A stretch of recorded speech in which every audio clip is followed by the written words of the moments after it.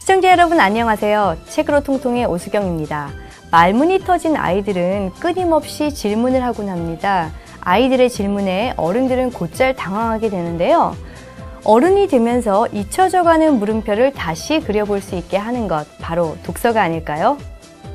오늘 함께할 책은 가깝고도 먼 근현대사를 팩트와 픽션을 섞어 흥미있게 쓴 책입니다. CNC 북스와 615 출판사에서 출판한 김갑수 근현대사 픽션 3부작, 압록강을 넘어서 중경의 편지, 전쟁과 운명입니다. 먼저 책 소개 영상 보시고 본격적으로 이야기 나누도록 하겠습니다.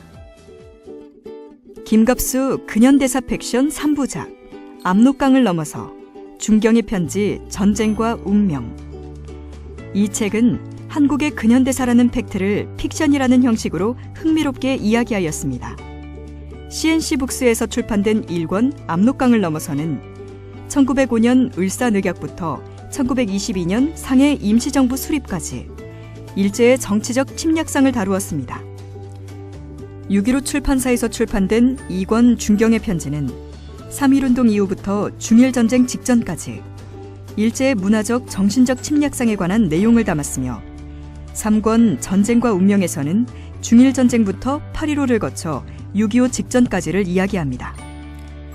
저자는 이 3부작을 통해 역사상 순수하고 정열적인 삶을 산 실제 인물들과 이들과는 다른 면의 가치관을 지닌 허구적 인물들을 뒤섞어 그들이 역사적 시련에 어떻게 대처하며 살았는지를 보여주고 있습니다. 역사하면 왠지 어렵고 딱딱하게 느껴지죠? 또 현재를 사는 우리와 크게 상관없을 것 같은 생각도 듭니다.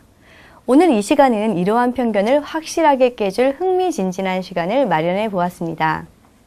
함께 이야기해 주실 분들은 김갑수 근현대사 픽션 3부작의 저자이신 김갑수 작가님, 서울디지털대학교의 김대규 교수님, 정영란 교수님을 함께 스튜디오로 모셨습니다. 안녕하세요. 반갑습니다. 안녕하세요. 반갑습니다. 자, 김갑수 근현대사 픽션 3부작. 이제 세 권의 책인데요. 오늘 좀 아쉬움이 있다면 이 책의 장편이라 사실 다룰 이야기들이 굉장히 많은데 시간은 제한은 돼 있고 그래서 좀 아쉬움이 남습니다. 우선 이 책의 역사 픽션이라는 이제 표현을 쓰셨는데요. 이 개념들이 그 시청자분들에게는 참 궁금한 얘기일 것 같아요. 그래서 먼저 그 역사 픽션이 뭘까 이런 부분에 대해서 좀 개념 정의하고 또 이런 책을 쓰게 되신 계기와 간략한 책 소개를 부탁드리겠습니다. 픽션이라고 하면 그 팩트와 픽션의 조합된 말인데 여기서 약간의 그 오해가 있습니다. 팩트는 그 사실, 진실을 의미하지만 픽션은 허구, 거짓말을 의미한다고 대조를 시키는데 사실 여기서 픽션은 허구 또는 거짓말의 뜻이 아니라 소설이라는 뜻입니다. 그러니까 픽션 하면 현대 소설을 픽션이라고 해요. 그러니까 근대까지의 소설을 우리가 영어로는 이제 노블 이러는데, 그런데 이제 소설이라는 이 한국어, 한자어죠. 여기에는 좀 비하의 뜻이 있어요. 이 소설 그러면 이게 이제 쇼트 스토리의 뜻으로 생각을 하는데 그게 아니라 한자 소에는 비하의 뜻이 있습니다. 그래서 소인 하면 좀 찌질한 놈 이렇게 인식이 되잖아요. 그러니까 이걸 우리말로 하면 그냥 진설 정도라고 할 수가 있는데 그건 너무 생소하지 않습니까? 그러니까 앞에 나와 있는 저도 그 픽션이란 말이 마음에는 안 들어요, 사실. 그런데 이것이 이제 전달력을 갖고 어느 정도 그 어휘에 그 권위가 생겨서 제가 불가피하게 쓴 말입니다. 우리가 팩트라고 하면 그 수많은 그 역사적 사실 중에서 하나 그 팩트를 다 나열하기도 불가능하고 그 중에서 의미 있는 것을 또 고르는 것은 또 쓰는 사람의 주관이 포함되거든요. 그러니까 그 아리스토텔레스가 얘기했듯이 그럴듯하지 않는 참말보다는 그럴듯한 거짓말이 우월하다.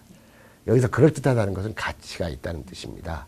그래서 저는 그저 그 무료한 사실의 나열 또는 의미 없는 거짓말의 나열 이 두 가지를 다 지양해서 가치 있는 거짓말 역사적이면서도 문학적인, 사실적이면서도 예술적인 두 개를 다 이루어 보고자 픽션을 썼는데 결과적으로 두 개를 다 이룬 게 아니라 둘 다 잃어버렸을 수도 있다 하는 생각을 합니다. 이것을 집필하게 된 계기는 우리 역사가 대단히 많이 왜곡되고 있고 그 다음에 정권에 따라서 그 해석, 관점의 차이가 심하잖아요. 그래서 제가 이 나라에 사는 한 어른으로서, 성인으로서 제 관심 있는 그 역사 쪽을 한번 제대로 그리고 재미나게 후학들에게 알렸으면 하는 생각이 있어서 이런 것을 시작을 했습니다. 네. 말씀 듣고 보니 좀 제가 약간 무식했다는 생각이 들고 저는 그냥 사실과 뭐 허구 이 정도로 사실은 합해졌다 이렇게 생각을 했거든요. 네. 예. 좀 개념 정리가 잘 된 것 같고요. 그 두 분은 책 어떻게 읽으셨나요? 우선 정영란 교수님 소감 한번 들어볼까요? 저는 일단 이 방대한 텍스트에 굉장히 처음에는 좀 압도가 되긴 했는데요. 그러니까 사실 저희가 이제 어떻게 보면 근현대사는 굉장히 적극적으로 읽기보다는 약간은 좀 숨어서 읽는 듯한 그런 어떤 좀 이렇게 히든된 그런 역사라는 측면이 있는 것 같아요. 그래서 이제 이렇게 잘 다루지 않았던 이런 부분에 대한 책이구나라는 생각을 가지고 시작을 했는데 이게 생각보다는 굉장히 흡입력 있게 아주 빠르게 제가 하루 종일 이 책을 붙잡고 있는 모습을 발견을 했습니다. 그래서 이런 텍스트, 이런 지금 우리가 이 책을 발견할 수 있었다라는 것 자체도 굉장히 뜻깊었다라는 생각이 들고요. 이 책을 통해서 사실은 조금 이렇게 당당하게 근현대사를 우리가 조금 더 이야기하는 그런 시간들이 좀 필요하지 않나 하는 그런 생각을 해봤습니다. 네. 김재희 교수님은 어떠셨어요? 저는 이 세 책을 통해서 크게 두 가지를 얻었습니다. 하나는 내가 우리 가까운 근현대사에 대해서 무지하다는 것. 두 번째는 바로 직전의 역사인데 오늘날 현재를 규정하고 있다는 느낌을 받았습니다.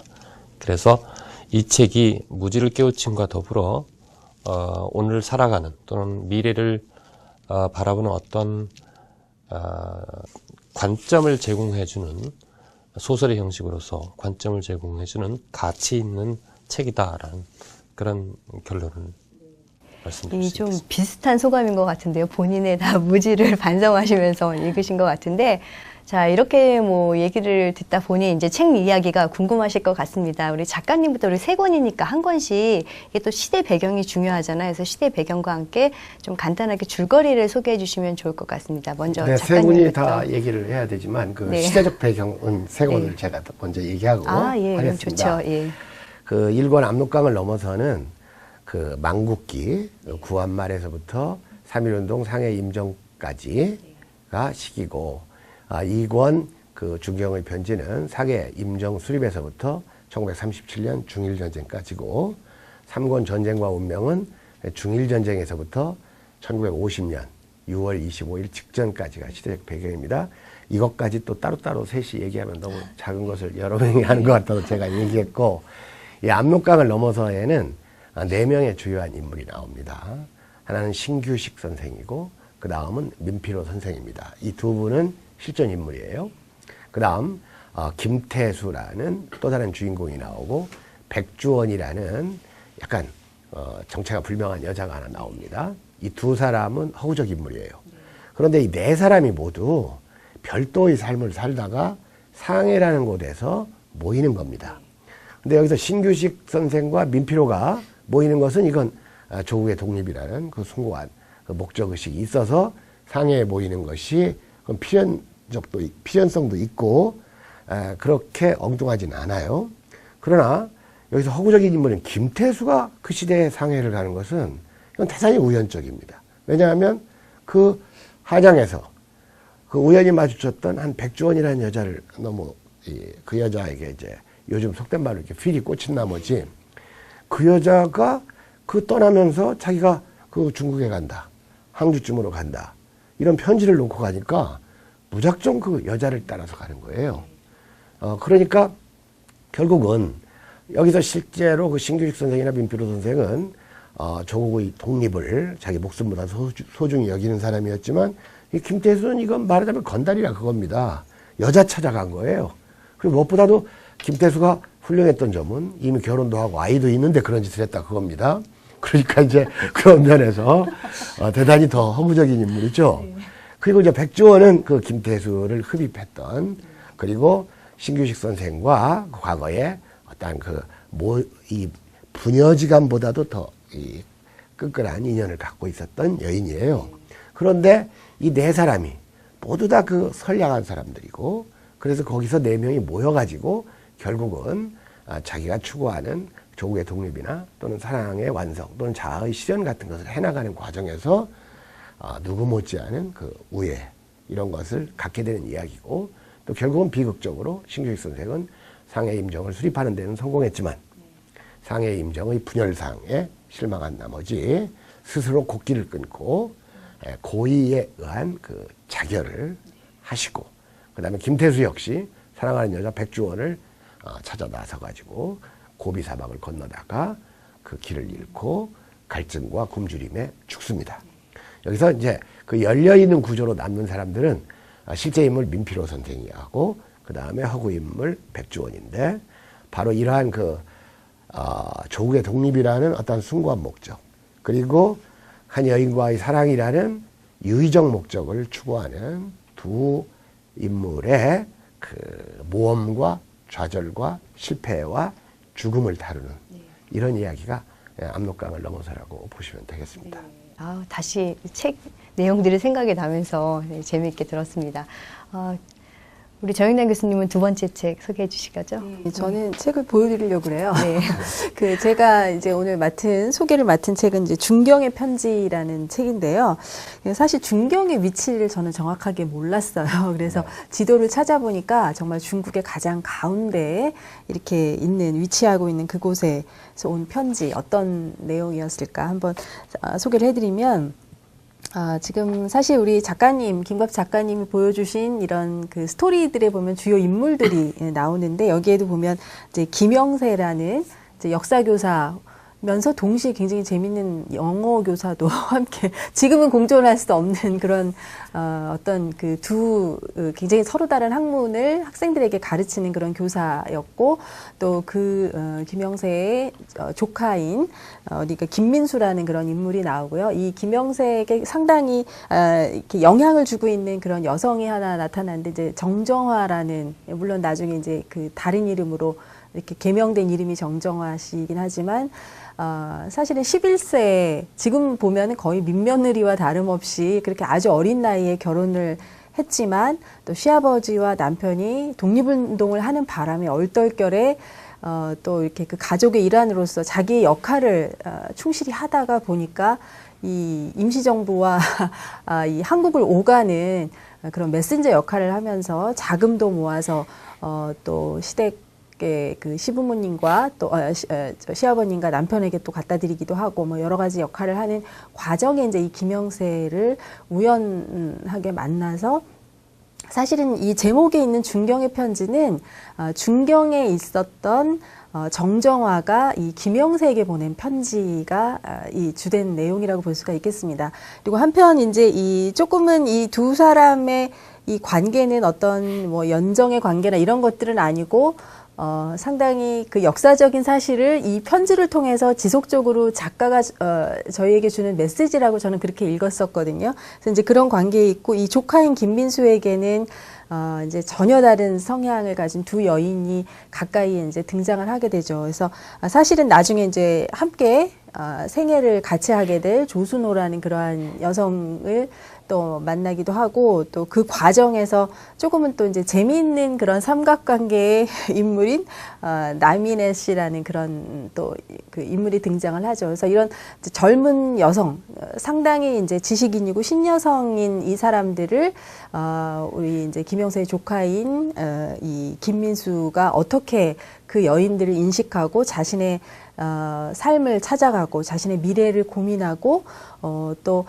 이 어떤 삶을 선택할 것인가 하는 이런 문제들 역시 또 그 여인들도 어떤 사랑을 선택하고 어떤 길을 가느냐 이런 거에 따라 그 결국은 우리가 남의 삶을 다 들여다볼 수 있는 게 소설이기 때문에 어떠한 결과까지 얻게 됐는가 하는 그런 스토리가 전체적으로 단지 펼쳐지면서 사실은 이 임시정부의 이 어떤 많은 역할을 했던 정정화를 둘러싸고 있는 우리가 익히 역사에서 알고 있었던 이런 인물들에 대한 좀 히든 스토리, 또 그 사람들이 어떤 역할을 했는지 뭐 이런 것들을 또 알게 되고, 또 한국 안에서 이제 소위 말해서 이제 계몽주의의 어떤 사조를 가지고 이제 지식인으로서 또 언론인으로서 우리에게 이제 어떠한 메시지를 계속 대국민에게 제시를 하면서 역사관이라든지 이런 사회관을 가질 수 있도록 했었는지, 이런 부분들을 굉장히 반성적으로 살펴볼 수 있는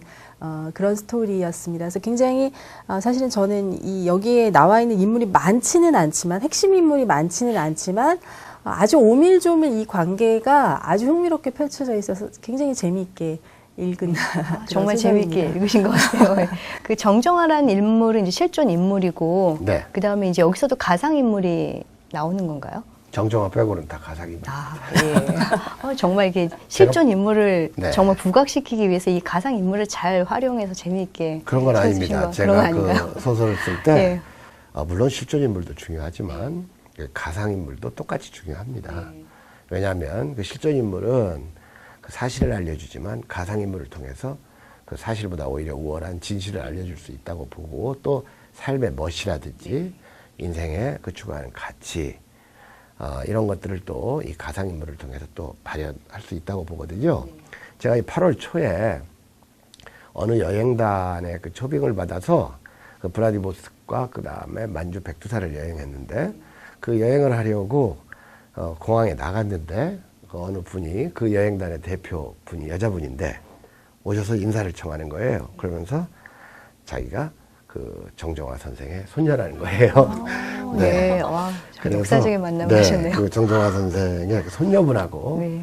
제가 5박 6일 동안 그 여행을 했습니다. 그러니까 제가 얼마나 그분을 내가 좋게 봤겠어요.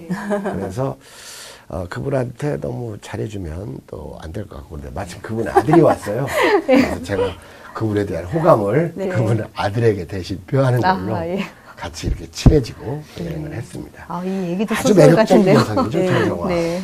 그렇죠. 근데 이 책하고 이제 다음번에 이제 소개해 주실 그 책하고 이제 굉장히 대비되는 인물이 이제 다음 책에 나오는 모윤숙 네. 씨가 사실은 굉장히 같은 두 실존 인물로서 굉장히 대비되는 그런 모습인 것 같아요. 근데 서로 이렇게 좀 같이 담겨져 있었으면 더 재밌었을 텐데 책에서 서로 분리되어 있어가지고. 네.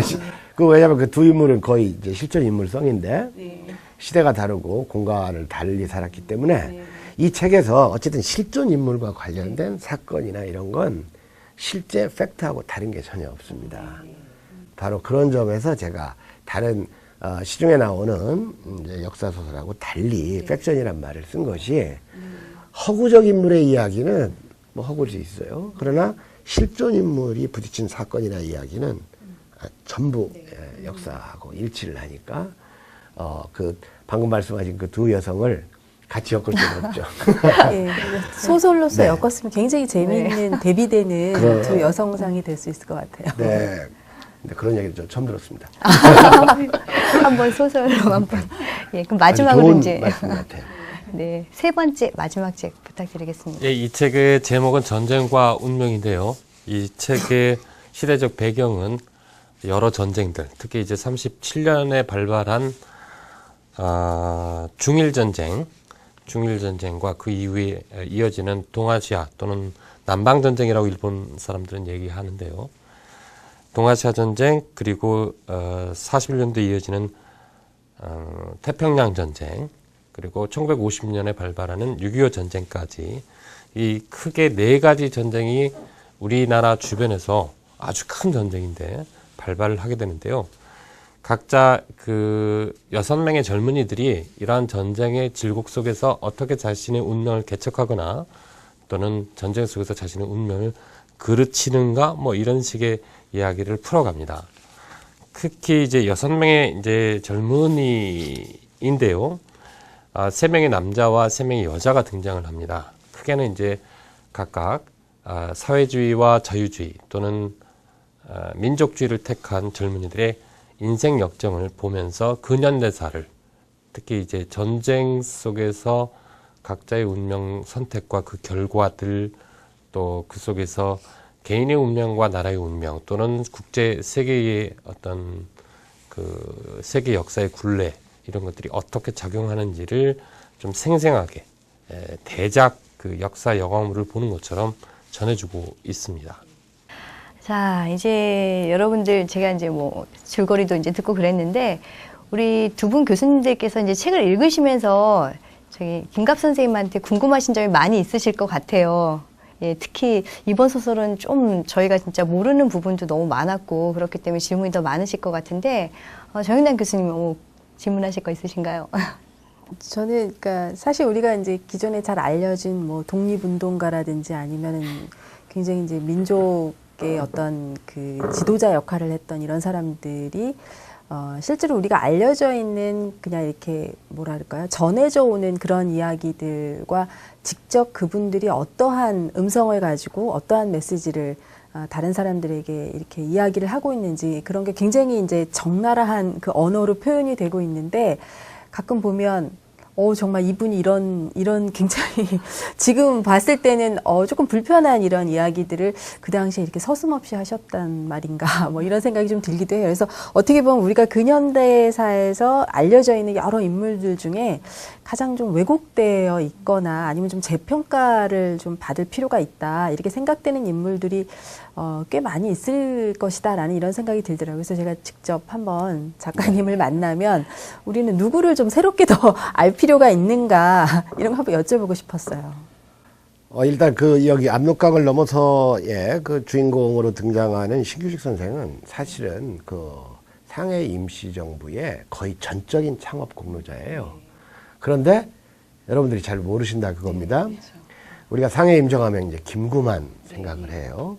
그러나 백범 김구는 뒤늦게 상해 임정에 합류했고 그 다음에 상해 임정을 마지막까지 지킨 독립운동가고 애국자지만 신규식 선생님은 실제로 자기의 모든 것을 바쳐서 상해 임정을 초석을 닦았고 창업까지를 이룬 분입니다. 그러니까 우리가 독립운동을 하건 민주화운동을 하건 사람들이 두 부류가 있어요. 저는 그렇게 봅니다. 예를 들어 독립운동을 하더라도 자기 전 재산을 스스로 준비해 가면서 다른 독립운동가들을 도와주면서 이끄는 사람. 근데 다소 무책임하게 독립운동을 하든지 민주화운동을 하는 거 하나만으로 모든 책임을 지지 않으려는 사람들. 사실 이게 조금 파격적인 얘기지만 우리가 잘 알고 있는 신채호 선생 같은 분들은 어느 면에 대단히 무책임한 분이에요. 여기 이 책에도 나오지만 그 신규식 선생님 댁에 가가지고 그냥 술도 먹고 밥도 먹고 큰 소리만 치잖아요. 민주화 운동하는 분들에도 그런 분들 많아요. 그래서 저는 전자의 사람들을 훨씬 높게 봅니다. 그래서 블라디보스톡 주변의 연해주에는 최재형 선생이 그런 몫을 했어요. 그래서 안중근 의사의 거사에 전액을 다 경비도 다 되고 그리고 그분 스스로 아주 치열하게 독립운동을 하다가 1920년에 일본 놈들에게 총살을 당하셨죠. 그 다음에 중국이 북경 쪽으로 아까 이제 중경을 말씀하실 때 지도를 보니까 중국의 가운데라고 했는데 사실 그게 정확하실 겁니다. 왜냐하면 티벳까지 다 집어 넣으면 원래 한족들이 주로 활동하던 중국 중에서 북경은 이제 또 가운데쯤이죠. 그러니까 북경 쪽에서 활동하신 이회영 선생 같은 분들이 여섯 형제가 모든 재산을 처분하고 올라가서 독립운동을 하셨거든요. 그리고 상해 쪽에 보면 바로 신규식 선생님 같은 분이 그런 분이에요. 그러니까 사실 이 신규식 선생님이 공로가 크다면 상해 임정의 공로가 큰 거지 이 거대한 우리나라 이 독립운동의 세계에서는 어느 면에서 미미합니다. 또 이런 것들을 우리가 앞으로 해결해 나가야 될 사항이에요. 현저히 사회주의 운동가들의 공로가 큽니다. 그러니까 저는 일단 이 민족주의 운동가들의 이야기만 했고 또 민족주의 독립운동가를 얘기한다 하더라도 신규식 선생과 거의 필적하는 또는 그 이상의 독립운동가로 이상술 선생도 계시고 그래서 얘기해야 될 사람들이 너무 많은데 그 중에서 그냥 우리가 잘 기억하는 상해 임정이라는 이 아주 그래도 위대한 초석을 닦으신 신규식 선생님. 그런데 실제로 8.15 해방 이후에 그 독립운동가의 그 서운을 정할 때 신규식 선생님은 이승만 이런 사람들보다 2단계 낮은 이런 서운이 정해졌거든요. 그러니까 이런 것들은 이제 사실 우리가 정말로 다시 써야 할 역사 가장 많은 게 저는 독립운동사라고 봅니다. 저희 김재희 교수님도 궁금하신 점 있으시죠? 저는 이 각각의 책에서 가장 인상적인 대목을 하나씩 꼽으라고 하는데는 일권 압록강을 넘어서에서는 민재호가 동생 민필호를 데리고 남산 목멱산을 소풍을 가면서 조선을 둘러싼 제국주의, 이 제국주의가 얼마나 무섭고 우리나라의 자주권을 뺏어갔는지를 설명하는 대목이 나옵니다. 그래서 그때 그 장면하고 두 번째에서는 중경의 편지에서 그 사이토 총독의 문화 정책과 그에 부응한 지식인들의 발언들 같은 것들이 모아져 있는데 그 부분들이 생각보다 상당히 충격적일 정도로 노골적인 모습들이었고요.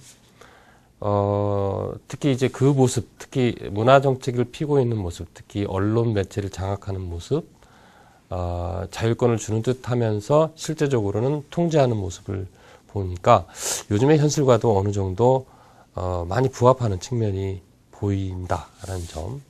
그다음 세 번째 인상적이었던 것은 전쟁과 운명의 일종의 뭐랄까 지혜로운 사람인 김용희가 가까운 6명의 가까운 젊은이들 모아서 호텔에서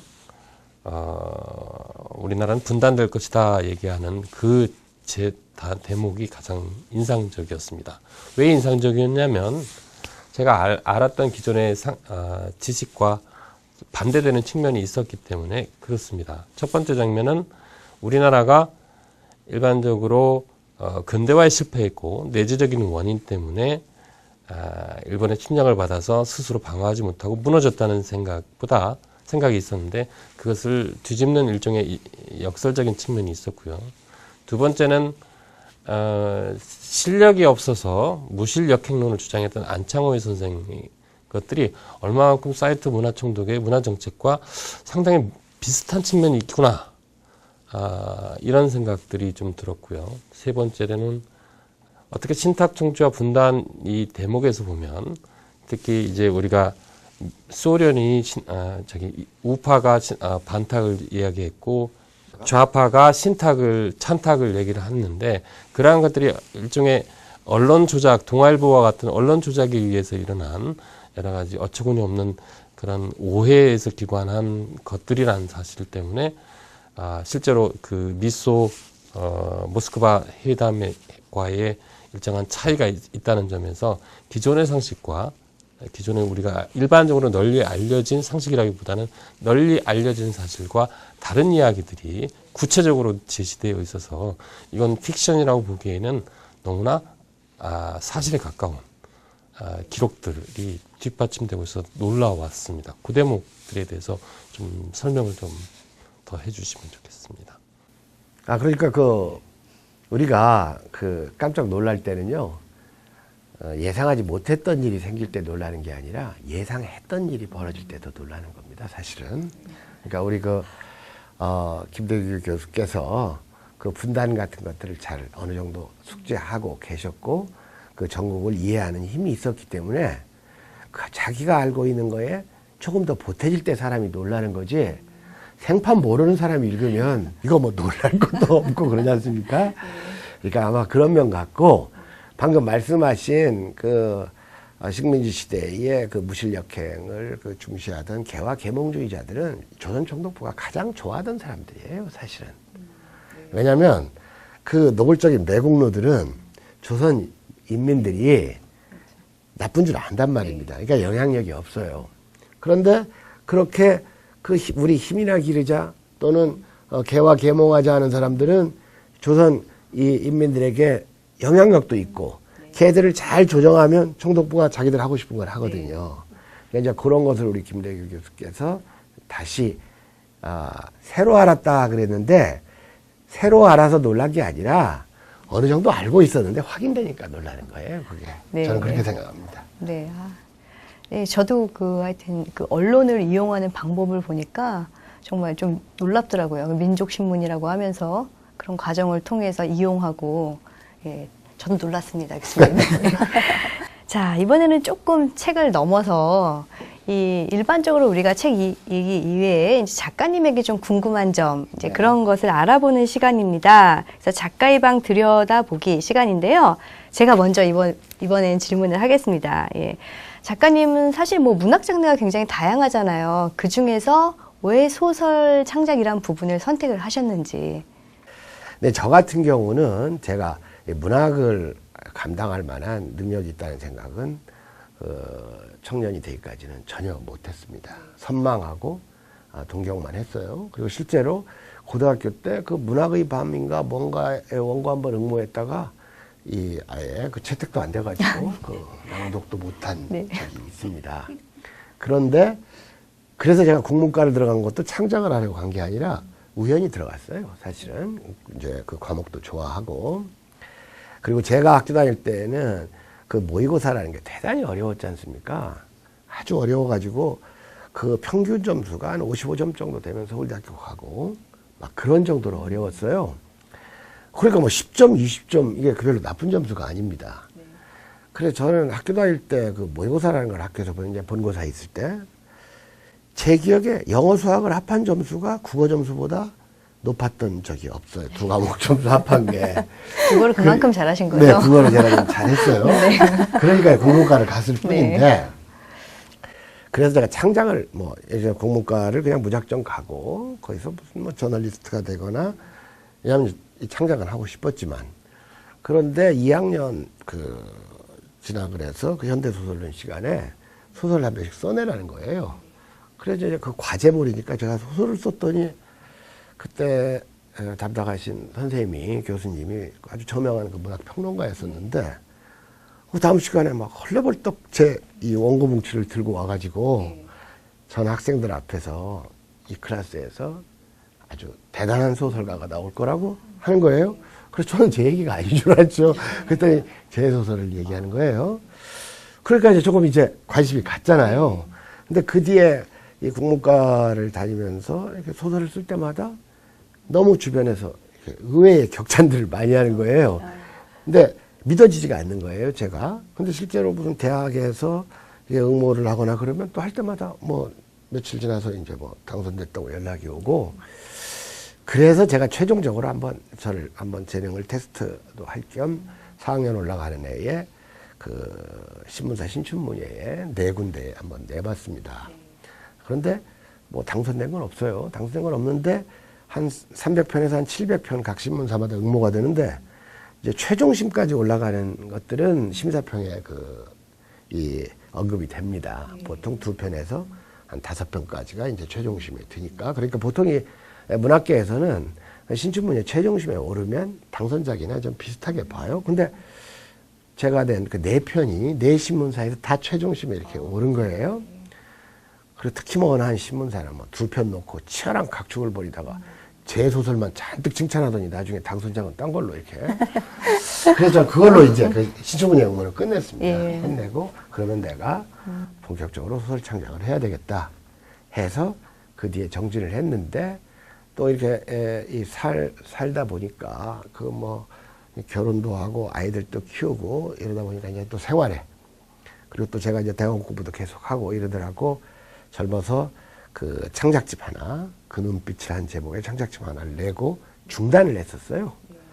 중단을 했다가 내가 이렇게 살아서는 안 되지 하는 생각이 들어서 한 10여 년 전부터 다른 것들을 좀 포기하고 노골적으로 또 본격적으로 매달렸던 겁니다. 네. 네, 잘 알겠습니다. 감사합니다. 자, 조영남 교수님은 궁금한 점 질문하실 것. 그러니까 저는 사실 소설을 그렇게 좋아하지는 않아요. 네, 정상입니다. 소설. 네.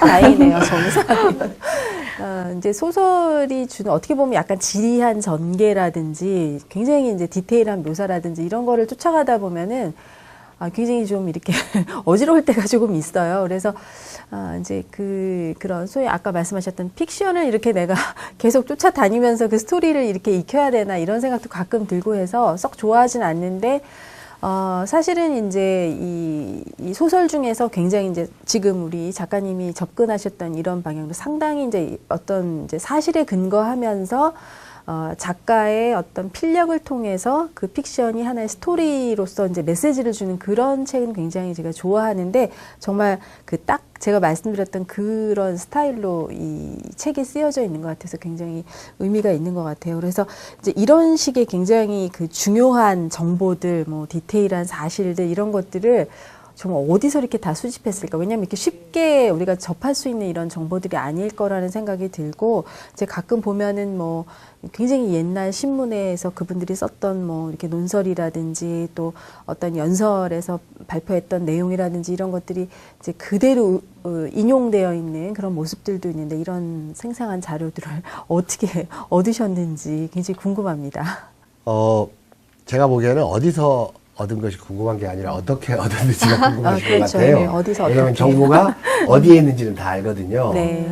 이제 그런데 내가 필요한 정보가 어디에 있는지를 아는 능력이 첫째로 있어야 되고, 그다음에 내가 섭취하는 정보가 필요한 정보인지, 나한테 필요한 정보인지 아닌지도 아는 능력이 있어야 되는데, 방금 어디서 얻었느냐면 말 그대로 도서관에도 얻었고 책에서도 얻었고 당시 신문 잡지에서도 얻었고 이제 얻었는데, 문제는 이 작가한테는 뭐가 중요하냐면 자료를 보고 그 자료의 진위를 판단하는 능력이 아주 중요합니다.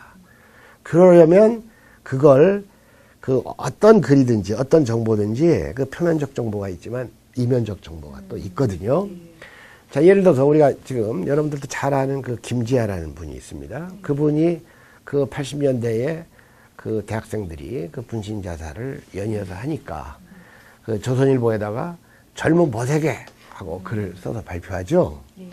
저는 그거를 읽으면서 이건 젊은 버세게 쓴 글이 아니라 조선일보 독자에게 쓴 글이라는 생각을 했어요. 예, 그런 그 글이 갖는 목적 이런 걸 이제 그 알아내는 능력이 대단히 좀 필요한데, 저한테 그것이 있는지 없는지는 몰라도 그걸 조금 많이 해가지고 이야기로 만들다 보면 좀 생기는 것도 같고, 그러니까 제일 중요한 것은 자료가 어디 있는지 알아야 되고, 그 다음에 그 자료를 읽어보고 내가 이 취합하는 능력이 있어야 됩니다. 그 스프, 야채 스프를 만들 때처럼 필요한 야채를 적절히 고르는 능력. 그것은 뭐 제가 그런 능력이 있는지 없는지 잘 모르겠고 앞으로도 더 해결해야 될 과제입니다. 네, 잘 알겠습니다. 자, 잠시 쉬어가는 코너를 좀 가져보도록 하겠습니다. 이 책과 함께 읽으면 좋은 책, 어떤 책들이 있는지 소개 영상 보시고 계속해서 이야기 나누도록 하겠습니다. 안녕하세요. 책으로 통통 함께 읽으면 좋을 책 코너의 한지은입니다. 오늘 여러분과 함께 할 책은 김갑수 근현대사 팩션 3부작인데요. 이 책과 함께 읽으면 좋을 책들을 알아보겠습니다. 첫 번째 책은 역사 2입니다. 이 책은 2011년 10월부터 기획 편성된 프로그램인 역사 채널 2의 내용들을 간추려 모은 책입니다. 역사 채널 2는 지식 채널 2의 포맷을 벤치마킹해 한국사의 주요 사건과 인물들을 새롭게 조명한 프로그램입니다. 본문 속에는 과거, 현재, 미래를 관통하며 어떻게 살 것인가, 나는 누구인가, 무엇을 기억할 것인가 라는 질문을 중심으로 역사적인 테마들을 풀어냅니다. 두 번째 책은 한중일이 함께 쓴 동아시아 근현대사입니다. 한중일 각국사의 한계를 넘어 유기적으로 얽혀있는 근현대 동아시아사를 국제관계사의 맥락을 통해 살펴본 책입니다. 국제관계를 통한 역사에서는 다루기 어려웠던 삼국 민중의 삶을 헌법, 도시, 철도, 이주, 가족, 교육, 미디어, 전쟁 기억 이 8개의 주제를 통해 들여다보았습니다. 특히 근대의 제도와 문물이 삼국 민중의 생활에 어떤 영향을 미쳤는가를 비교사적으로 고찰했습니다. 세 번째 책은 일제강점기 사회문화입니다. 이 책에서 저자는 식민지 근대에 대해 근대의 방점을 찍어 인식하는 일련의 흐름을 경계하면서 식민지의 방점을 찍어 조선에 일그러진 근대의 모습을 직시해야 한다고 역설하고 있습니다. 또한 큰 맥락에서 일제시대 전반의 영화산업이 어떻게 탄생하고 왜곡돼 갔는지 역사적 관점에서 체계적으로 정리하고 있습니다. 어떠셨나요? 오늘 제가 말씀드린 책들을 함께 읽어보신다면 김갑수 근현대사 팩션 3부작을 더 알차게 읽을 수 있으실 겁니다. 그럼 다음 시간에 뵙겠습니다. 네, 우리의 발자취를 찾는 다양한 책들이 정말 많은데요. 여러분들도 함께 읽어보시면 좋을 것 같습니다. 자, 이번에는 밑줄 짝 낭독의 시간입니다. 세 분의 마음을 울리는 구절이 있으시면 함께 나눠보도록 하겠습니다. 자, 이번에는 김대규 교수님부터 한번 교수님께 와 닿았던 구절을 읽어주시기 바랍니다. 저는 아까 제가 말한 대목인데요. 중경의 편지 113페이지 나오는 건데, 사이토 총독의 문화 정책을 이야기하면서 편지 형식으로 국내 상황을 설명하고 있는 부분입니다. 저널리즘을 장악하고 있는 계몽주의자들이 조선을 개조해야 한다고 하면 총독부가 나서 구체적 행동에 들어갑니다. 국민들은 그것을 감시할 눈을 잃게 됩니다. 계몽주의자나 총독부와 밀착되어 있는 예술가들이 조선 사회를 온통 연애 지상주의로 만들어 놓고 있기 때문입니다. 불과 10년 전까지만 해도 나라를 위해 죽는 것을 영광으로 알았던 젊은이들이 이제는 애인을 위해 죽는 것을 삶의 구원인 양 착각하고 있습니다. 이 대목입니다. 네, 감사합니다. 정영란 교수님께서는 어떤 부분이 마음에 드셨나요? 네, 저도 이 중경의 편지, 오늘 중경의 편지가 인기가 많네요. 네, 여기에 나와 있는 그 문구인데요. 사실 저희가 이제 어쨌든 대학에 뭐 학생들을 가르치고 있는 사람이니까 뭐 일종의 이제 지식인이라고 볼 수도 있는데, 이 소설 안에는 굉장히 많은 지식인들이 등장을 하잖아요. 그래서 오늘을 살고 있는 우리 지식인들도 좀 생각해 봐야 되는 그런 얘기들이 여기 많이 있는 것 같아요. 그래서 그 중경의 편지 52페이지에 보면은 이런 얘기가 있습니다. 여러분 참다운 지식인이 되기란 어렵습니다. 먼저 실력을 갖추어야 하고 동시에 냉철한 역사 의식까지 지녀야 합니다. 이들은 똑같이 중요합니다. 그런데 지금의 조선 현실은 그렇지 못합니다. 최고 지식인이라는 사람들의 역사 실력이 일본의 총독부 관리들만도 못하다는 것입니다. 그러면 어떻게 되겠습니까? 이용당하게 됩니다. 그리고 이런 부작용과 후유증은 우리 사회에 아주 길고도 심각하게 망령처럼 드리워져 여간에서 거치지 않을는지도 모릅니다. 라는 이야기를 하고 있는데, 굉장히 많은 시간이 흘렀는데 별로 달라지지 않은 그런 모습이 아닌가 하는 생각이 들어서 이 문구를 소개를 해드렸습니다. 저도 반성이 되네요. 네. 이번에는 작가님이 그래도 이 세 권의 책 중에 좀 시청자분에게 좀 낭독해 주시고 싶으신 부분이 있으신가요? 네, 여기 저 두 분 교수님들은 역시 교수님들답게 상당히 역사적이거나 아니면 교화적이고 계몽적인 부분을 선택하셨는데, 그 압록강을 넘어서의 그 허구 인물 김태수가 자기의 모든 것을 쏟아붓고 독립운동가들을 만나고, 그 다음에 목적의식 없이 블라디보스토크에서 시베리아 열차를 타고 그 이르크츠크를 거쳐서 바이칼에서 그 무료하고 허무한 세월을 보내다가 자기가 그 사랑하는 여자를 찾아가야 된다는 그 의식이 갑자기 자각돼 가지고 그 너무 황급하게 준비 없이 상해를 향해 가다가 그만 그 고비 사막에서 그 굶주림과 갈증으로 그 목숨을 잃습니다. 그래서 저는 그냥 짧게 그 내가 좋아하는 주인공 김태수가 죽고 나서 그 다음 부분을 짤막하게 읽겠습니다. 사랑, 빛나던 이름이었다. 하지만 가버리고 나면 아무것도 남지 않는 그것에 김태수는 더운 가슴도 차가운 눈물도 아름다운 몸뚱이까지도 내일 없이 소모해버렸다. 가진 것을 모두 버렸기에 그에게는 아무것도 남아있을 수가 없었다.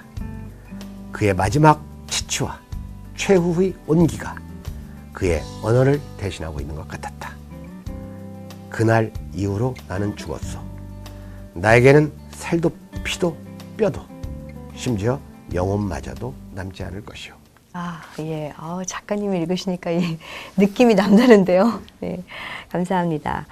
네, 벌써 아쉬운 마무리 시간이 되었습니다. 1분 서평과 추천의 시간인데요.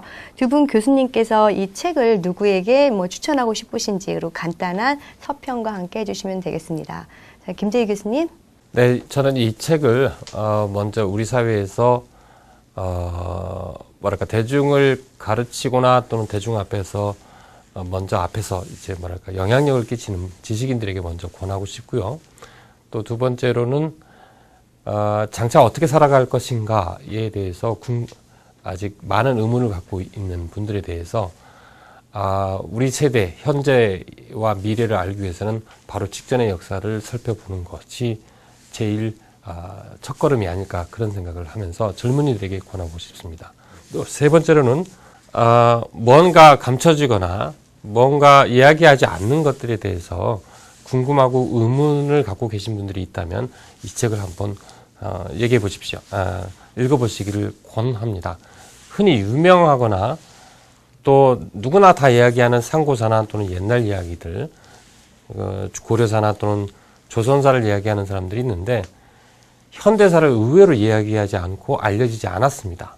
그런 부분에 대해서 관심 갖고 계신 분들에게 한번 일독을 권합니다. 예.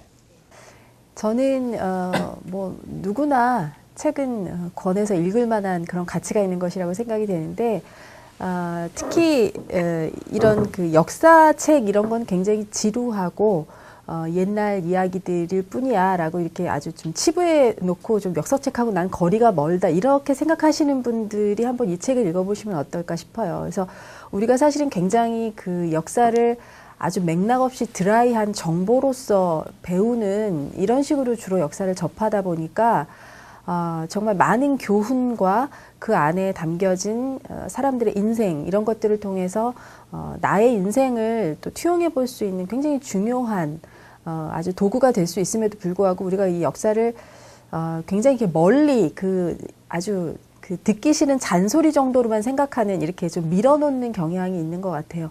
그렇지만 살아있고 또 나에게 많은 메시지를 줄 수 있는 그런 역사를 가까이 두는 것이 어떻게 보면 우리가 현대사회를 살면서 길을 잃지 않고 사는 굉장히 중요한 그런 어떤 지원 도구가 아닌가 하는 생각이 듭니다. 그런 차원에서 특히 이제 젊은 분들일수록 더 좀 읽으셨으면 좋을 것 같아요. 어떻게 보면 근현대사를 직접 몸으로 겪은 그런 분들이 아직 우리 세대에 공존하는 그런 연령대를 가지고 계신 분들이 있기 때문에 좀 젊은 세대에게 이 책을 권하고 싶습니다.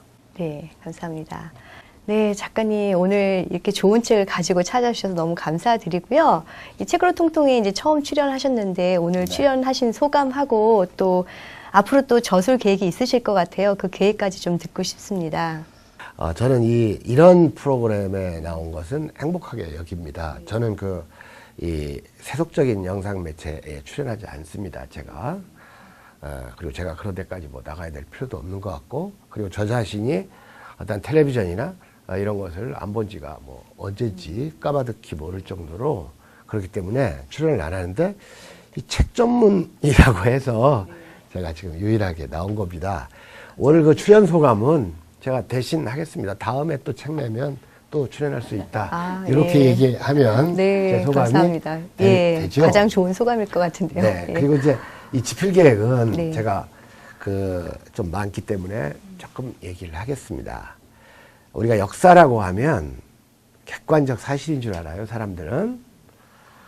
그런데 역사만큼 주관적인 게 없습니다. 모든 역사는 다 주관적입니다. 예를 들어 역사를 기술할 때 A는 B보다 낫다 하면 대단한 주관적 평가죠. 네. A를 B보다 우월하게 비교급을 써서 얘기했으니까. 그러나 예를 들어서 우리가 이문열의 소설은 토마스 울프에게 영향받았다 하면 이건 사실을 얘기하는 것 같지만 여기에도 아주 큰 평가가 들어 있습니다. 한국의 소설가 중에서 이문열을 선택하고 미국의 소설가 중에서 토마스 울프를 선택한 기술이에요. 문학사도 하나의 역사라고 본다면 그렇기 때문에 어떠한 역사도 선택이 되기 때문에 대단히 주관적일 수밖에 없어요. 제가 지금 이 세 권에서 선택한 이 인물들은 사실은 이 방대한 우리 독립운동사에서 극히 일부밖에 되지 않습니다. 그렇기 때문에 이것을 전부로 생각하시면 제 의도와는 다르게 불공정하게 역사를 평가하실 우려가 있다 그겁니다. 우리가 독립운동의 대명사 하면 백범 김구를 꼽는데 저는 개인적 주관으로 저는 김구보다 우월한 독립운동가가 최소한도 수십 명은 된다고 봅니다. 그렇기 때문에 저는 이런 민족주의 성향의 독립운동가만 써놓고 만다면 결과적으로 제가 역사를 극히 일부밖에 얘기를 안 했거나 아니면 왜곡하는 결과를 초래합니다. 정말로 진실되고 치열하고 이들보다 훨씬 우월하게 싸웠던 독립운동가들이 많습니다. 저는 이 동북만에서 정말 이 청춘과 목숨을 바쳤던 진실하고 치열했던 그 동북만의 무장, 투쟁, 유격대들의 그 독립항쟁을 저는 책으로 쓰려고 합니다, 앞으로. 그래서 저는 그것이 더 지금 썼던 것보다 훨씬 중요하다. 이런 이야기를 미리 좀 드리고 싶습니다. 네, 많은 기대를 갖고 기다리도록 하겠습니다. 네. 오늘 책으로 통통과 함께한 김갑수 근현대사 팩션 3부작 어떠셨나요? 뿌리 깊은 나무는 바람에 안이 움직이니 꽃이 좋고 열매가 만나니 용비 어천가의 한 구절입니다. 오늘 우리가 무임승차하듯 누리고 있는 유구한 역사와 이 땅은 선조들의 피와 땀의 결과였기에 과거를 바로 보고 잊지 말아야 함을 다시 한번 생각해 봅니다. 지금까지 김갑수 근현대사 팩션 3부작 압록강을 넘어서 중경의 편지 전쟁과 운명과 함께 했습니다. 출연해 주신 김갑수 작가님, 서울디지털대학교의 정영란 교수님, 김대규 교수님께 감사드립니다. 저는 다음 시간에도 여러분과 함께 책으로 통하는 행복한 시간 나누도록 하겠습니다. 시청해 주셔서 고맙습니다.